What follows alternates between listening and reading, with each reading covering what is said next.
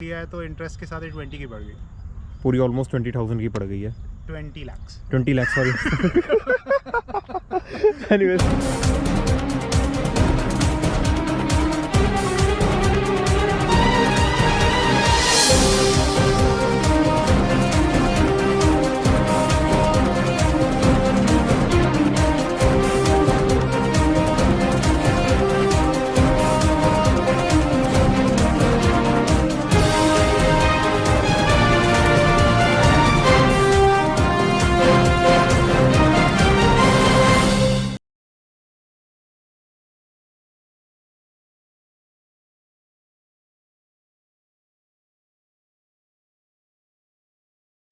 Alright, so hey guys, once again welcome back to another amazing video of road rasher Rishabh. और आज हम लोग feature करने जा रहे हैं यहाँ पे करण भैया को, जो इधर साइड है। अब इनसे भी मिलवाएंगे। और इनकी ये ट्रैम टाइगर 800 XCS, और आज टाइगर आ रही है अपने चैनल पे, तो इसको हम लोग फीचर करेंगे। बाकी ये वीडियो ओनरशिप रिव्यू पे है। अगर आप ये बाइक परचेज़ करो तो आपके लिए गुड रहेगी या नहीं, वर्थ इट रहेगी या नहीं, तो इसके ऊपर पूरा आपको करण भैया बताएंगे। इसकी ओनरशिप डिटेल्स अप्रॉक्स 3 साल हो गया है।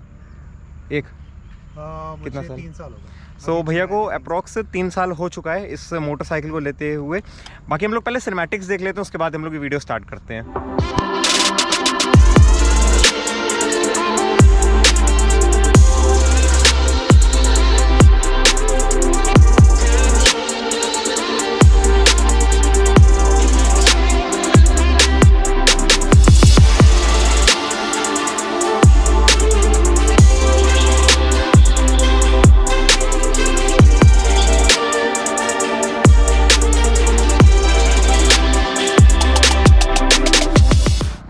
सो वी हैव करण भैया हेयर, और पहले हाई टू ऑडियंस। और ये आपको बताएंगे इस ट्रैम टाइगर के ऊपर, बट इससे पहले आपने कौन कौन सी बाइकें रखी थी? और ये मेरी दूसरी बाइक है। हाँ। और इससे 3 साल हो गए। उससे पहले आपके पास कौन सी थी? और इससे पहले मेरे पास रॉयल एनफील्ड की थंडरबर्ड थी 500, वो अभी भी है। अच्छा। तो 2015 में वो लिया था, और ये 2019 में लिया। 2019 में लिया। कैसी लगी आपको हॉस्पिटैलिटी ट्रैम की? Triumph is amazing. मतलब मैंने इसके सारे ऑथराइज सर्विस सेंटर्स में ही करवाई है सर्विस, और अभी ये शायद इसकी थर्ड सर्विस हुई है। एंड वैसे अगर मैं बात करूं तो बैंगलोर भी अच्छा है, और गुड़गांव भी अच्छा है, और मुंबई में 3 सर्विस सेंटर्स यूज़ कर चुका हूँ, और गोवा भी यूज़ कर चुका हूँ। और मुझे वैसे मतलब सभी अच्छे हैं, मतलब they are very cooperating. And Mumbai ख़ास तौर पे मेरे को बहुत अच्छा लगा। तो और बाकी उनकी जो सर्विस रीच तो इसकी कम है, बट जितने भी सर्विस वाली हॉस्पिटैलिटी वो आपको कैसी लगी? बिहेवियर और उनका एटीट्यूड समथिंग? अब एक तो ये कि अगर तुम्हारे पास सुपर बाइक है, हाँ, तो फिर तुम्हें खुद भी रिसर्च करनी पड़ेगी। हाँ, इसमें क्या दिक्कतें आ सकती हैं, तो मतलब खुद से जितना स्टडी करोगे अपनी बाइक को लेके, वो तुम्हें उतनी मतलब ज़्यादा आइडिया होगा। तो अगर तुम कभी भी कोई साउंड आ रहा है, कोई प्रॉब्लम आ रही है, तो तुम खुद प्रोएक्टिव होकर सर्विस वाले से पूछ सकते हो कि ये कहाँ पे दिक्कत हो सकती है। तो मतलब पूरा उनके ऊपर डिपेंडेंट ना हो, बट हाँ, मतलब मोस्टली वो लोग काफ़ी कोऑपरेटिंग होते हैं। लेकिन क्योंकि सुपर बाइक्स हैं, और इंडिया में मतलब मोस्टली एक नीश्ड सेक्शन है जहाँ सुपर बाइक लेते हैं लोग, तो काफ़ी वो भी हो जाता है, मतलब वो लोग फ़ायदा उठाते हैं कहीं कहीं। वेल भैया, इसकी सर्विस कॉस्ट क्या होगी अप्रॉक्स? तो सर्विस कॉस्ट का ऐसा है कि अभी मैंने इसकी करीब 3 से 4 सर्विस कराई है, और मैक्स जो मेरा लगा है दैट इज़ 25K। हाँ, 25K। और मिनिमम 7K। एवरेज आता है 13 से 14K तक। 13-14, वो जो एक्स्ट्रा में कुछ आ जाए तो बात अलग है। पार्ट्स पे डिपेंड करता है, लेकिन क्योंकि ये इसके जो सबसे ज़्यादा चार्जेस लगते हैं वो लेबर चार्जेस लगते हैं। तो क्या करते हैं कि जो भी सर्विस सेंटर वाले हैं वो आपसे आवर्स के हिसाब से डॉलर्स में चार्ज करते हैं।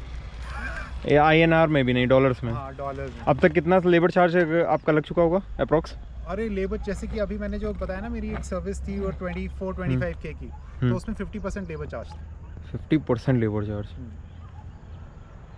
तो ये होता है। अब आइडिया लगा सकते हैं आप। हालांकि ट्रायम्फ फिर भी सस्ती है दूसरे ब्रांड से, क्योंकि दूसरे ब्रांड में क्या होता है कि अगर तुम्हारी सर्विस सेंटर पे गाड़ी खड़ी है, तो वो खड़ी रहने का भी चार्जेस लेते हैं।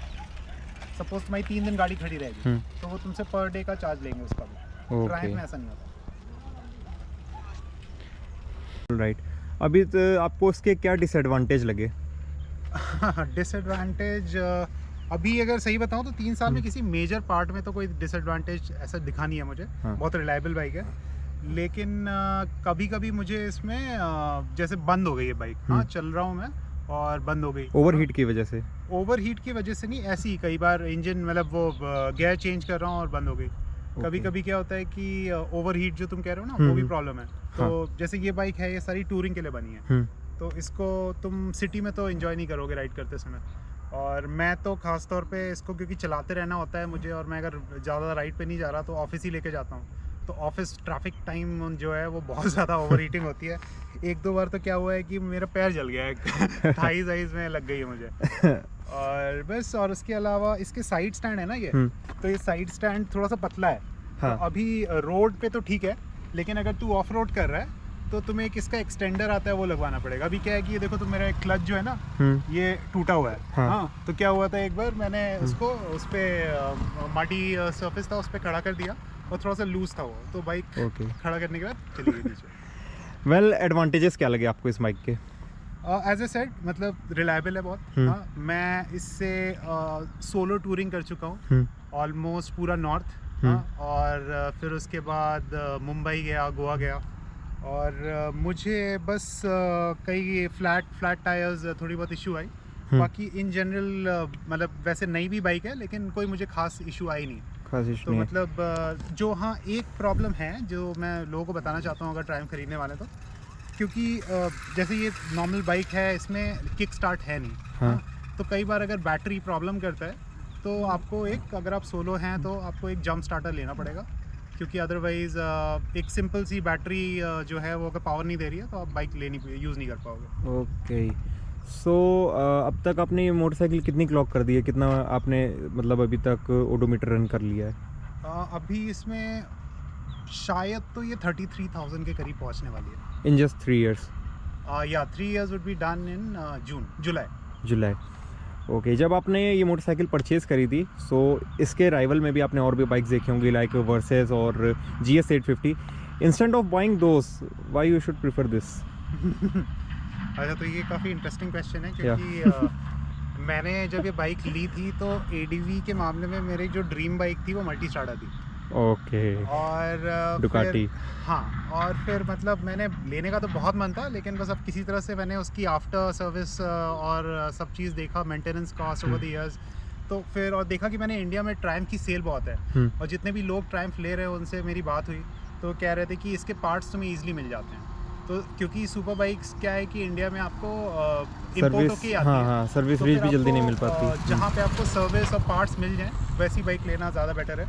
और मतलब it was not my dream bike, but I would consider buying any bike जो लॉन्ग रन में मेरा ज़्यादा रिलायबल हो, तो उस हिसाब से ठीक है। इसके आपको ब्रेक्स कैसे लगे? ब्रेक्स काफ़ी अच्छे हैं, इसमें ट्रैक्शन कंट्रोल है, इसमें ABS है, और स्विचेबल ABS भी? हाँ, switchable ABS also? Switchable ABS है, हाँ। और ये जो इसकी और प्रीमियम मॉडल आती है उसमें कॉर्नरिंग ABS भी है, लेकिन इसमें नहीं है। तो फ़िलहाल मैंने इसको हाई स्पीड्स पे अगर बोले तो मैक्स 200 तक टच किया है। तो मैंने ब्रेकिंग भी काफ़ी की है हार्ड। हाँ, तो मतलब मुझे कहीं मतलब क्योंकि ट्रैक्शन कंट्रोल ऑन रहता है इसका, तो मुझे कुछ खासा दिक्कत तो आई नहीं। लेकिन हाँ, मैंने इसको ऑफ रोड कम यूज़ किया, तो मे बी ऑफ रोड में जब ट्रैक्शन कंट्रोल इसका काम नहीं करे तब मैं ज़्यादा बता पाऊँगा क्या है। ओके। और इसकी सीट्स कैसी लगी? लाइक फर्म्ड हैं या और अच्छी इनहेंस कर सकते थे? बहुत कंफर्टेबल सीट है, मुझे कोई दिक्कत नहीं आई। लोग उसके ऊपर वो एयर बैग, कुशन बैग लगाते हैं, लेकिन तुम देखो मेरा ये स्टॉक है। हाँ। और कोई दिक्कत नहीं आई मुझे, मतलब बहुत कंफर्टेबल सीट है। और इनफैक्ट जो पिलियन है उनसे तो बहुत तारीफ़ें सुन चुका हूँ मैं, जो भी पिलियन सीट बोलते हैं मुझे नींद आ जाती है, इतनी कंफर्टेबल बाइक है। सो आपने अभी तक इसमें कितनी एक्सेसरीज लोड करवाई हैं? एक्सेसरीज में तो अगर देखो तो ये ऑक्स लाइट हैं, ये है बाहा की स्क्वाड्रन प्रो, और ये है तुम्हारी ये क्या बोलते हैं, हेडलाइट प्रोटेक्टर। ओके। और फिर और क्या है, फ्रेम स्लाइडर, और इसमें सेंटर स्टैंड है, ये आता नहीं है। अच्छा, ये आता नहीं है, आफ्टर मार्केट है? हाँ, ये आफ्टर मार्केट नहीं, हाँ आफ्टर मार्केट है, बाय ट्रैम्प और ट्रैम्प से ही लिया, बाय ट्रैम्प। ओके। और ये इसका जो है टैंगार्ड, ये भी नहीं आता है। XCX मॉडल में हालांकि आपको ये मिलता है, अगर आप बेस मॉडल जाएं XR और उसमें, तो आपको ये भी नहीं मिलेगा। और नीचे जो इंजन सम प्लेट है वो भी नहीं मिलता है आपको, बेस बैश प्लेट जो है। और ये क्या नाम है, आपको XCX में मिलता है। XCS में। और इधर अब सैडल भी है इसमें, ये ट्रैम्प इटसेल्फ है।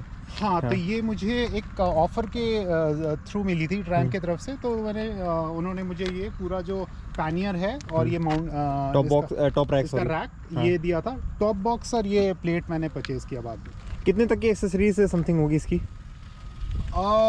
एक्सेसरीज तो बहुत हाँ। एक्सेसरीज तो मतलब महंगी है, हाँ, नो डाउट। अगर तुम इसी की बात करो तो ये पूरा जो स्टैंडर्ड सेट आता है with top box and everything, it will cost you around 1.6। 1.6। हाँ, और सेंटर स्टैंड है तो ये 17K का है, ये टैंगार्ड है ये 18K का है, ये जो हेडलाइट प्रोटेक्टर है ये भी कुछ होगा 6-7 हज़ार का, ये ऑक्स लाइट है ये भी होगा कुछ 28-30 का। माइलेज अभी तक आपने कितना क्लेम किया इस मोटरसाइकिल से? तो माइलेज का ऐसा है कि अगर इसको 5th गियर पे चलाओ, हाँ, 100 से 120 के बीच में, तो बहुत ऑप्टिमम माइलेज मिलता है, जो कि 24 से 27 तक है। हाँ, और अगर इसे सिटी में जो मैंने देखा है, या अगर तुम इसको 150 अबव चलाओ तो उसमें बहुत ख़राब माइलेज मिलेगा, और उस केस में तुम्हें मिलेगा ये 14 से 20 के बीच में। 14 से 20। तो मतलब ऐसे ही वेरी करता है। बट ये जो माइलेज आपने क्लेम किया, आप इससे हैप्पी हो या मतलब और अच्छा हो सकता था यार इतना ही मतलब? तो मेरा एक्सपीरियंस रहा है इससे पहले थंडरबर्ड 500 में, वो 500 सीसी की बाइक है और वो मुझे 25 का माइलेज देती थी। तो ये तो 800 सीसी की बाइक है, और अगर ये मेरे को उसके बराबर का माइलेज दे रही है तो of course it's a good. या क्या प्राइस आपको पड़ी थी इसकी? प्राइस बोले तो मैंने इसको बैंगलोर में परचेज किया है। हाँ। बैंगलोर में रोड टैक्स सबसे ज़्यादा होता है शायद इंडिया में 20%, तो ये मुझे 15 + 3 18 की पड़ी पूरी, और क्योंकि मैंने EMI पे लिया है तो इंटरेस्ट के साथ 20 की पड़ गई, पूरी ऑलमोस्ट 20,000 की पड़ गई है। 20 लाख सॉरी। एनीवेज इसको कट करेंगे। एनीवेज सो ये आपको 20 लाख समथिंग पड़ गई है जी। तो हाँ, एक और मेरा क्वेश्चन था, आपने GS और वर्सेस क्यों नहीं प्रेफर करी? और भी लोग होते हैं सोचते हैं कि अगर 800 सीसी मोटरसाइकिल है, 850 GS भी आती है। तो अगर प्योरली बताऊं तो मेरे बहुत सारे दोस्त इसको यूज़ कर रहे थे। हाँ, और आप दोस्तों पे ही ट्रस्ट करते हो। हाँ। तो फिर मैंने उनकी वर्ड ली, और मेरी ड्रीम बाइक जैसे थी Ducati Multistrada, out of option हो गई थी। हाँ। तो फिर BMW 1200 अगर देखूं तो वो बहुत हैवी लगती है मुझे, और फिर 850 के मैंने खासा रिव्यूज सुने नहीं। जो मिड सेगमेंट की बाइक थी उसमें टाइगर के सबसे अच्छे रिव्यूज थे। टाइगर के हैं। हाँ, तो जो दोस्त हैं और जो रिव्यूज मैंने देखे उस हिसाब से मुझे लगी टाइप बाइक है। ओके, सो इतना ही साथ है ये रिव्यू, और काफ़ी अच्छा लगा भैया से बात करके। मैं फर्स्ट टाइम इनसे मिला हूँ, और जिस हिसाब से आपको भैया ने बताया, अगर आपका इतना तक का बजट है और आपका ट्रैम्प टाइगर लेने का मन है तो ये ओनरशिप रिव्यू है, ये आप एक्सपीरियंस कर सकते हैं अगर जिस हिसाब से आपको भैया ने बताया यहाँ पे। Signing out from here. तो वीडियो अच्छी लगे दोस्तों लाइक करना, शेयर करना, कमेंट करना, सब्सक्राइब करना। मिलते हैं नेक्स्ट वीडियो में। Till then right safe and don't you forget to subscribe my channel. Thanks for watching.